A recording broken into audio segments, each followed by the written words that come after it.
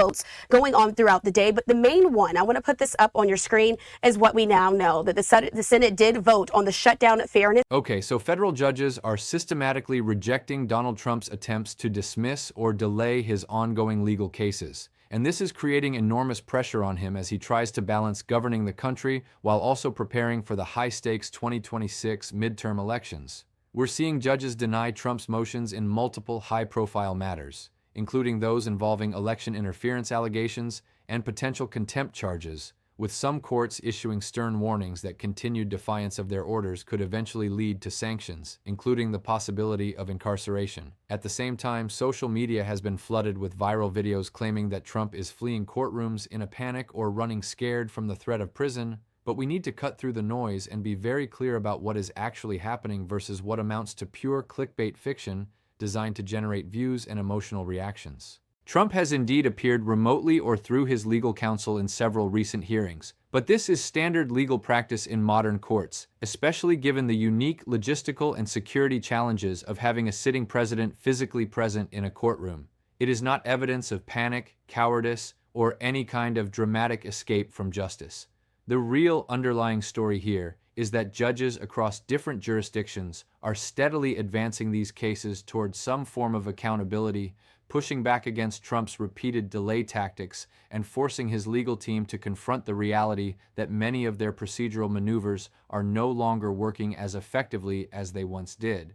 This creates genuine legal jeopardy for the former and current president, even though no immediate prison sentence has been handed down in the most recent developments. The situation is complex, layered with constitutional questions, political implications, and a heavy dose of partisan spin from all sides, which is why it's important to stick closely to verifiable court rulings and mainstream reporting rather than sensationalized interpretations. Before diving deeper into the specifics, let's pause for a moment of honesty. In today's media environment, it's becoming increasingly difficult to trust traditional mainstream outlets without questioning their framing, biases, and selective emphasis.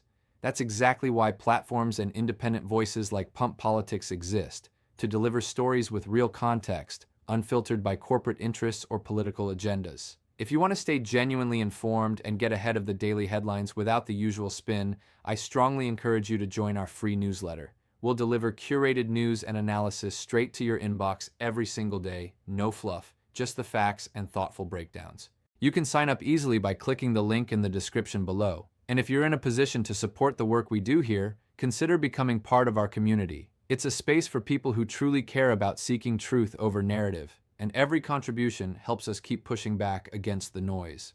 All right, with that said, let's get back into the heart of this situation and examine what's actually verifiable through established reporting. Starting with the New York hush money case, which remains one of the most significant legal milestones for Trump to date. On January 10, 2025, Judge Juan Merchan issued what is known as an unconditional discharge in that matter. This decision came after months of delays, motions, and legal wrangling. An unconditional discharge essentially means that while Trump carries a felony conviction on his record, he faces no additional jail time, no fines, and no probationary period as a direct result of the sentencing. The conviction itself stems from 34 counts of falsifying business records related to hush money payments made to adult film actress Stormy Daniels in the lead-up to the 2016 presidential election. Trump was found guilty by a jury in May 2024, marking a historic moment as he became the first president in American history, whether serving or former, to be convicted of felony crimes. Judge Merchan's choice of an unconditional discharge was a carefully balanced one, acknowledging the extraordinary circumstances of sentencing a sitting president. Incarcerating someone in the Oval Office would raise massive constitutional and practical questions. How would the executive branch continue to function? What about Secret Service protection inside a correctional facility? How could the president fulfill duties outlined in the Constitution while behind bars? Rather than create that unprecedented crisis, Merchan opted to maintain the conviction as a matter of accountability while allowing Trump to avoid physical punishment. This outcome still carries significant weight politically because the label of convicted felon sticks, serving as a permanent stain that opponents can and do weaponize in public discourse. At the same time, it lets Trump continue his presidency without the immediate disruption of imprisonment.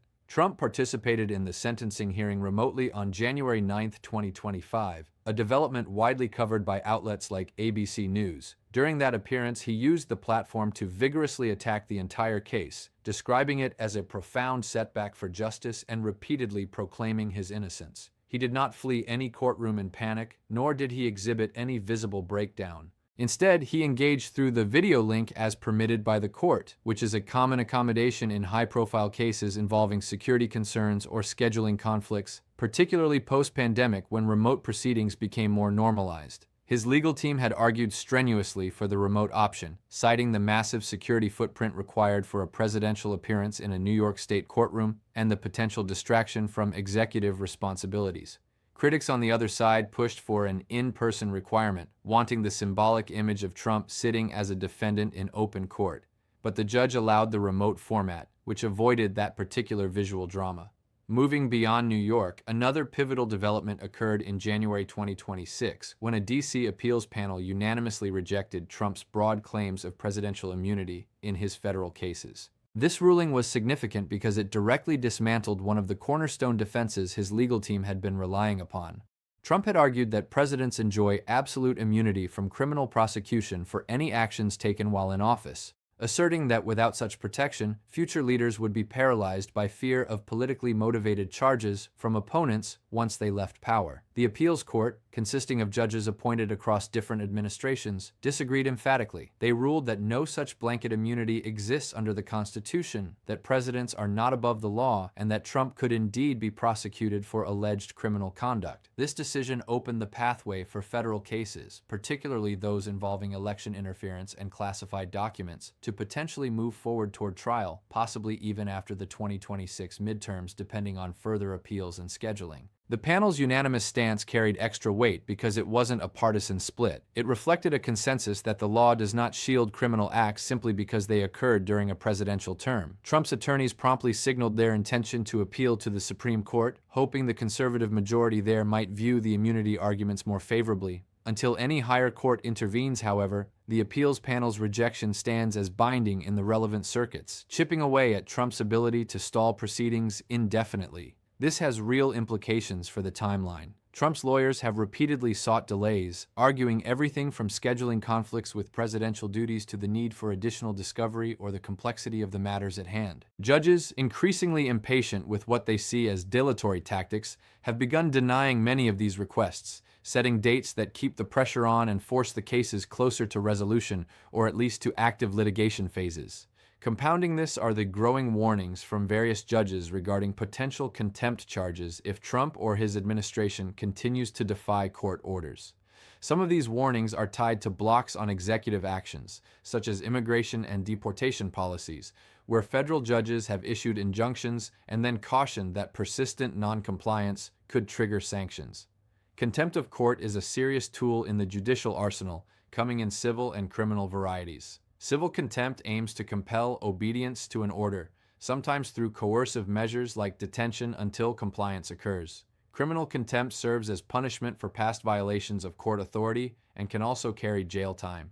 In Trump's prior civil fraud trial in New York back in 2024, Judge Arthur Engoron had already imposed multiple fines for repeated violations of a gag order, particularly when Trump continued making public statements attacking court personnel despite explicit instructions not to. Engoron warned then that further defiance could escalate to more severe penalties, including incarceration, though it ultimately did not reach that point as compliance was eventually achieved, albeit grudgingly. Now, with Trump back in the White House, the contempt dynamic becomes exponentially more complicated due to separation of powers concerns. Legal scholars debate whether a sitting president can realistically be jailed for contempt without creating a constitutional crisis. Some argue that incarceration would unacceptably interfere with the president's ability to execute Article 2 duties, effectively disabling the executive branch. Others maintain that no individual, not even the president, stands above the rule of law, and that contempt sanctions must apply equally to uphold judicial integrity. In practice, judges have so far limited themselves to warnings rather than imposing actual jail time,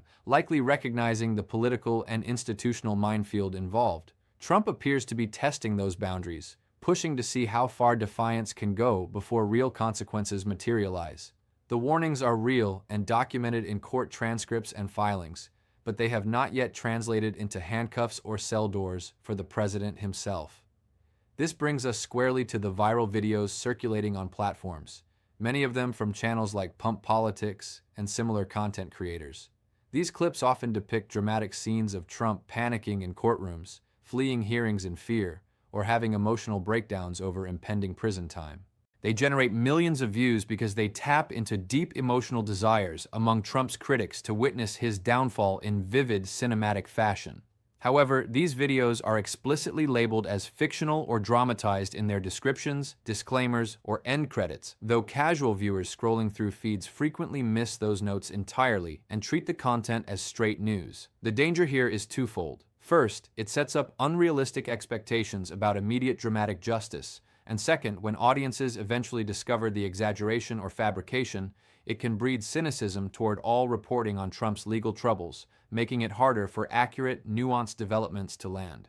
What is verifiably occurring, based on court records and reputable coverage, is a steady erosion of Trump's delay strategies. Judges are no longer routinely granting extensions or dismissals based on the same arguments that worked earlier in the process. Motions to dismiss on immunity grounds, venue changes, or presidential scheduling privileges are facing higher scrutiny and more frequent denials. This doesn't mean trials are guaranteed tomorrow or that convictions are inevitable, but it does mean the cases are inching forward, creating a persistent cloud over Trump's administration. Even without an imminent prison sentence, the prospect of sitting through lengthy criminal proceedings while simultaneously running the country and campaigning for allies in the midterms represents an enormous practical and psychological burden. Trials consume vast amounts of time for preparation, testimony, and public scrutiny. They generate daily headlines featuring witness accounts, documentary evidence, and courtroom drama that opponents can amplify relentlessly. The broader political ramifications tie directly into recent events within Trump's own circle, such as the April 2, 2026, firing of Pam Bondi as Attorney General. Bondi had been expected to leverage the Justice Department aggressively to shield Trump and pursue his priorities, but she faced criticism for failing to deliver swift results and for controversies surrounding the handling of sensitive files, including those related to the Epstein matter, which spiraled into additional public scandals. Her dismissal underscores Trump's growing frustration with aides and officials who cannot fully insulate him from legal or political threats. Yet even replacing personnel at the top of the DOJ has limits when it comes to ongoing court cases.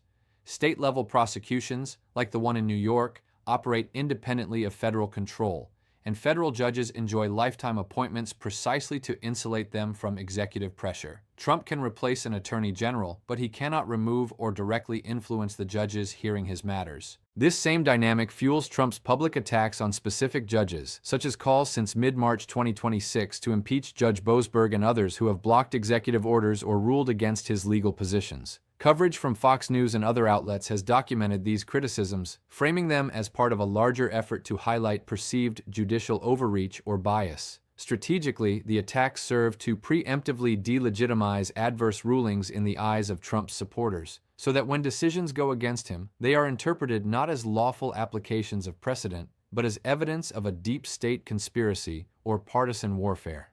This narrative resonates strongly within his base, energizing them against what they view as weaponized institutions. However, it has not altered the legal outcomes themselves. Judges continue to apply the law as they interpret it, undeterred by public rhetoric or threats of impeachment, which remain politically difficult to execute given the high bar in Congress. As the 2026 midterms approach, these legal developments intersect powerfully with congressional dynamics and voter sentiment. Democrats have seized on Trump's legal jeopardy, his criticisms of the judiciary, and any instances of administrative defiance as proof that he is unfit to lead and potentially subject to further impeachment efforts if they regain sufficient power in the House or Senate. They argue that a president entangled in multiple criminal cases, actively challenging court authority, and prioritizing personal legal survival over governance represents a threat to democratic norms. Republicans, conversely, rally behind the claim that all these prosecutions are politically motivated witch hunts orchestrated by opponents to hobble a successful administration. They point to the timing of cases, prosecutorial decisions, and perceived double standards as evidence of selective enforcement rather than neutral justice. Voters will ultimately weigh these competing narratives at the ballot box in November 2026, deciding which story better aligns with their view of fairness, accountability, and effective leadership. To understand the depth of impact, it's worth dissecting the specific rulings and their legal mechanics in greater detail. The hush money conviction, while resolved with the unconditional discharge, established a precedent that even a president-elect or sitting president remains vulnerable to state criminal accountability for pre-office conduct. The falsification of records was portrayed by prosecutors as an illegal effort to influence the 2016 election by concealing payments that could damage Trump's image. Defense arguments centered on denying intent, disputing the elevation of the charges to felonies, and challenging the credibility of key witnesses like Michael Cohen. Despite those efforts, the jury deliberated and reached a guilty verdict on all counts. Post-conviction motions focused on presidential status, immunity analogies, and due process concerns, but Judge Merchan ultimately opted for the measured discharge approach rather than more punitive options or outright dismissal. The immunity ruling from the D.C. Appeals Panel extended this vulnerability to official acts, rejecting the notion that the presidency confers a shield against criminal liability. The court's opinion emphasized that the framers of the Constitution did not intend for the executive to operate as an unaccountable monarch, and that existing mechanisms like impeachment already provide checks without needing absolute criminal immunity. By removing this defense, the ruling cleared hurdles for prosecutors in the election-related federal case, where allegations involve efforts to challenge or overturn 2020 results, as well as the classified documents matter concerning handling of sensitive materials post-presidency. Trump's team has continued filing supplementary motions, arguing for stays pending Supreme Court review or citing conflicts with ongoing executive functions, but success rates for these are declining as courts grow weary of indefinite postponement.